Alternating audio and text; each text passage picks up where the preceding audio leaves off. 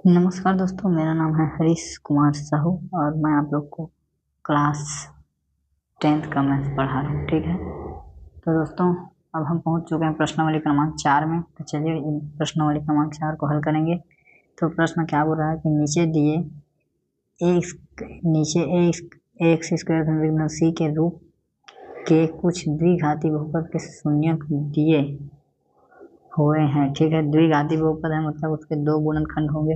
ठीक है, और दो शून्यक होंगे। बहुपद के शून्यक दिए गए हैं, तब बहुपदों को गुणनखंड ज्ञात कीजिए। ठीक है, क्या दिया है ये सब क्या है? शून्यक दिया है। ठीक है, शून्यक दे दिया है। अब क्या ज्ञात करना है?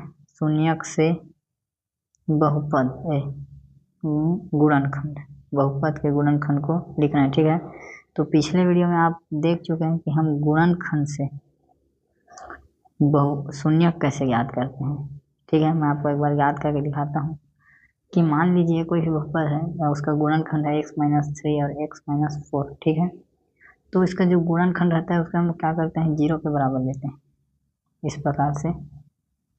ठीक है, फिर इसे पक्षांतर कर दिए तो ये एक शून्य प्राप्त हो गया, और इसे जब पक्षांतर कर देंगे तो ये क्या हो गया? दूसरा शून्य प्राप्त हो गया। ठीक, तो गुणनखंड को हम लोग क्या करते हैं? 0 के बराबर लेकर हल कर देते हैं, तो हमें क्या मिल जाता है? शून्यक मिल जाता है।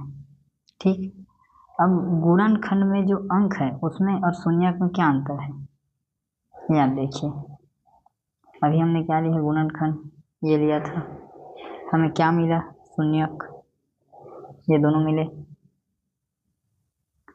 तो देखिए ये ऋण 3 है, ये धन 3 हो गया, ये ऋण 4 है, ये धन 4 हो गया। क्या हो गया? चिन्ह बदल जाता है, चिन्ह परिवर्तित, क्योंकि 0 के बराबर लेकर क्या करते हैं? पक्षांतर करते हैं, तो चिन्ह बदल जाता है। ठीक है, तो इसके जो गुणनखंड लिखना है बहुत ही आसान है। ठीक है, ये एक्स वाला है तो एक्स के फॉर्म में लिखाएगा। ठीक है, देखिए पहला का लिखते हैं, सीधा आंसर लिखते हैं। पहला का जो होगा गुणनखंड वो इस प्रकार से होगा x-3 और x-4। ठीक है, ये धन में है तो दोनों क्या है? ऋण के साथ हो जाएगा।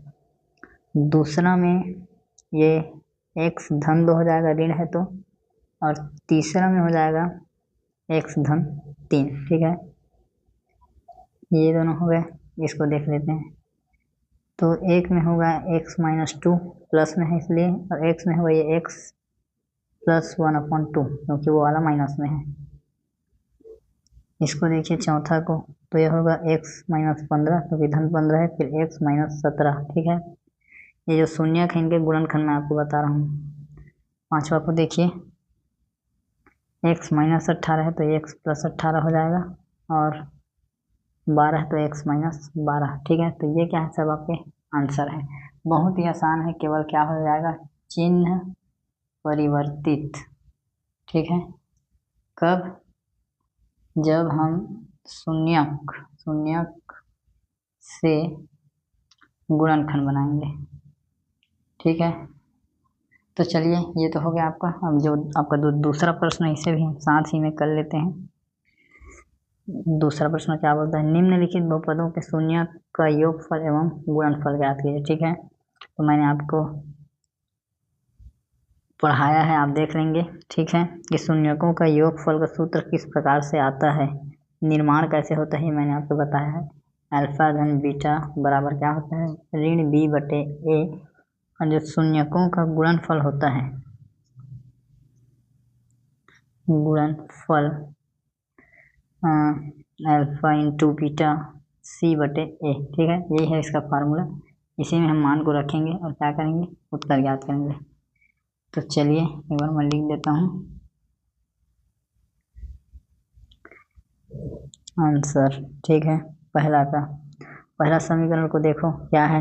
x² + 10x + 24। ठीक है, यहाँ पे आप लिख लेंगे हल।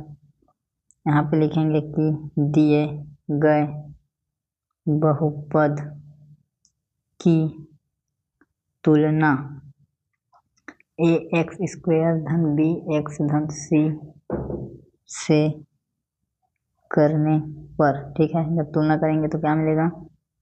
a का मान मिल जाएगा a 1। ठीक है, कुछ नहीं है तो, और फिर b का मान मिल जाएगा 10, सी का मान मिल जाएगा 24। ठीक, अब इस प्रकार से अब हम लिखेंगे जो फार्मूला है, शून्यकों का योगफल बराबर अल्फा धन बीटा बराबर क्या होता है, ऋण बी बटे ए। ठीक है, तो जो अल्फा धन बीटा का मान आएगा वो ऋण बी, तो बी का मान है 10, तो ये हो जाएगा ऋण 10 और ए का मान है 1। ठीक, तो इस प्रकार से मूलों का ये जो शून्यकों का योगफल ज्ञात हो गया। अब तो शून्यकों का गुणनफल निकाल लेते हैं। शून्यकों का गुणनफल अल्फा इंटू बीटा बराबर सी बटे ए। तो सी का मान क्या है 24, ए का मान क्या है 1। ठीक है, तो इसको आप ऋण 10 भी लिख सकते हैं और इसको आप केवल 24 भी लिख सकते हो। ठीक है, तो इस प्रकार से आपका उत्तर आ जाएगा। ठीक है दोस्तों, ये आपका पहला वाला जो हुआ कंप्लीट हो गया।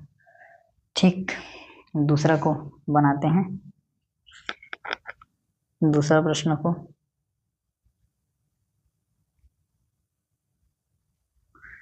तो यहाँ पे हम लिख लेंगे हल।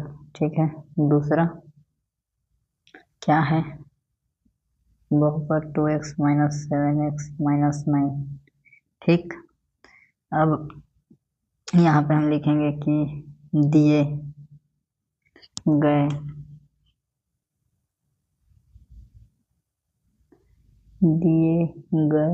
बहुपद की तुलना ax स्क्वायर धन bx धन c से करने पर। ठीक है, तो तुलना करेंगे तो क्या मिल जाएगा हम लोग को, a का मान मिल जाएगा 2, b का मान मिल जाएगा ऋण 7 और c का मान मिल जाएगा ऋण 9। ठीक, अब यहाँ पे हम लिखेंगे शून्यकों का योगफल अल्फा धन बीटा बराबर ऋण बी बटे ए। अल्फा धन बीटा बराबर ऋण पहले से है, बी का मान है ऋण 7 और ए का मान है 2। अल्फा धन बीटा बराबर ये हो जाएगा 7 बटे 2। ठीक, ये हो गया आपका शून्यकों का योगफल। अब निकालेंगे हम शून्यकों का गुणनफल। शून्यकों का गुणनफल अल्फा इंटू बीटा बराबर फार्मूला है सी बटे ए। ठीक, तो सी का क्या मान है, अल्फा इंटू बीटा, सी का मान है ऋण 9 और ए का मान है 2, तो ये हो जाएगा ऋण 9 बटे 2। ठीक, इसका मिला 7 बटे 2। ठीक है दोस्तों, इस प्रकार के से हो जाएगा, आप इसे नोट कर लेंगे। ठीक है, वीडियो को रोक के अब आगे निकालते हैं।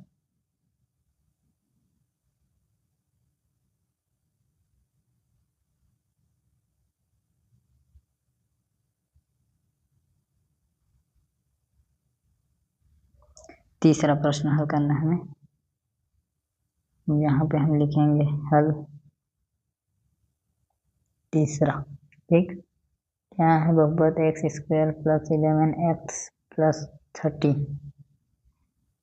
यहाँ पे हम लिखेंगे कि दिए गए बहुपद की तुलना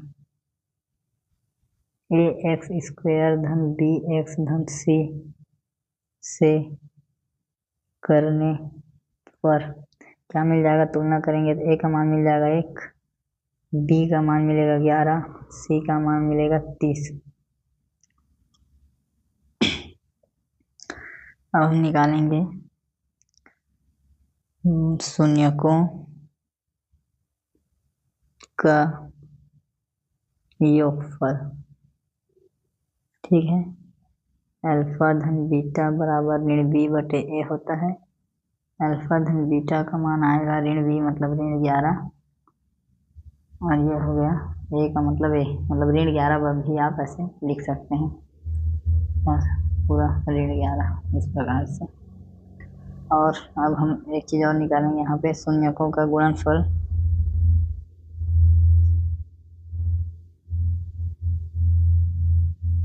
अल्फा इंटू बीटा बराबर सी बटे ए। सी का मान है 30, ए का मान है 1, तो यहाँ पे 30 भी आप इसे लिख सकते हैं, ठीक है। तो 1 मिला हमें ये ऋण 11 और ये मिला 30, ठीक, ये वाला भी हो गया। दोस्तों अब चौथा को करते हैं हल। चौथा दिया है ऋण 5x² धन 3x धन 4, ठीक है। यहाँ पे हम लिखेंगे कि दिए गए बहुपद की तुलना ax² धन bx धन c से करने पर, ठीक है, तुलना करेंगे तो a का मान मिल गया हमको ऋण 5, b का मान मिला 3 और c का मान मिला 4, ठीक है। अब हम यहाँ पे लिखेंगे शून्यकों का योगफल क्या होता है, अल्फा धन बीटा बराबर ऋण b बटे a। अल्फा धन बीटा बराबर फिर क्या हो जाएगा, ऋण b तो हो जाएगा ऋण 3 और a का मान है ऋण 5, तो ऋण और ऋण आपस में कट जाएंगे तो इसका मान आएगा 3 बटे 5, ठीक है दोस्तों। अब हम निकालेंगे शून्यकों का गुणनफल क्या होता है, अल्फा इंटू बीटा बराबर सी बटे ए। तो अल्फा इंटू बीटा, सी का मान है ऋण ए का मान है ऋण 5, सी का मान मिला हमें 4 बटे ऋण 5, ठीक है। इसे आप ऐसे ऊपर में भी लिख सकते हैं, ठीक है। आंसर हर में ऋण का गुणा करेंगे तो दोनों ही आपको मिल जाएंगे कंडीशन, ठीक। तो आपका अब ये 5वां बन गया आखिरी, चलिए इसे भी हल कर लेते हैं।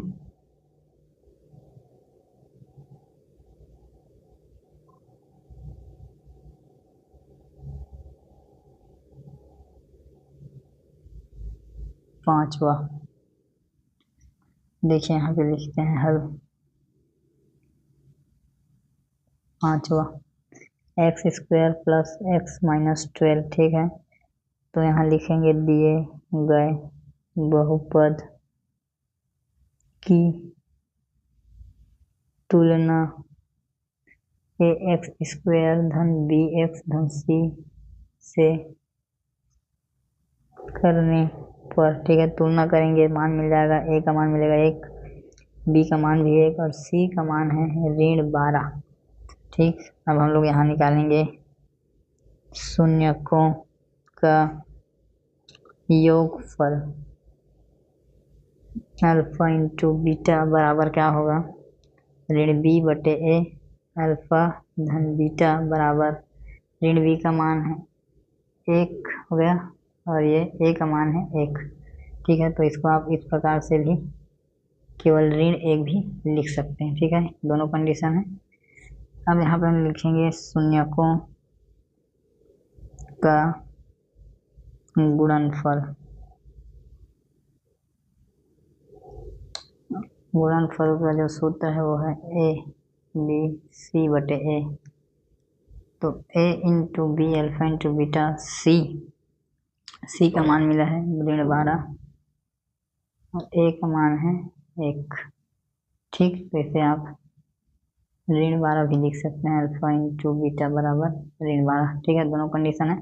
तो दोस्तों इस प्रकार से आपसे जो प्रश्नावली, आपका जो प्रश्न क्रमांक 4 है वो कंप्लीट हो गया, ठीक है। तो उम्मीद करता हूँ दोस्तों आपको जो पढ़ाने समझाने का आपको प्रयास कर रहा हूँ आपको समझ में आ रहा है, ठीक है। वीडियो को देखने के लिए बहुत बहुत धन्यवाद दोस्तों, ठीक है।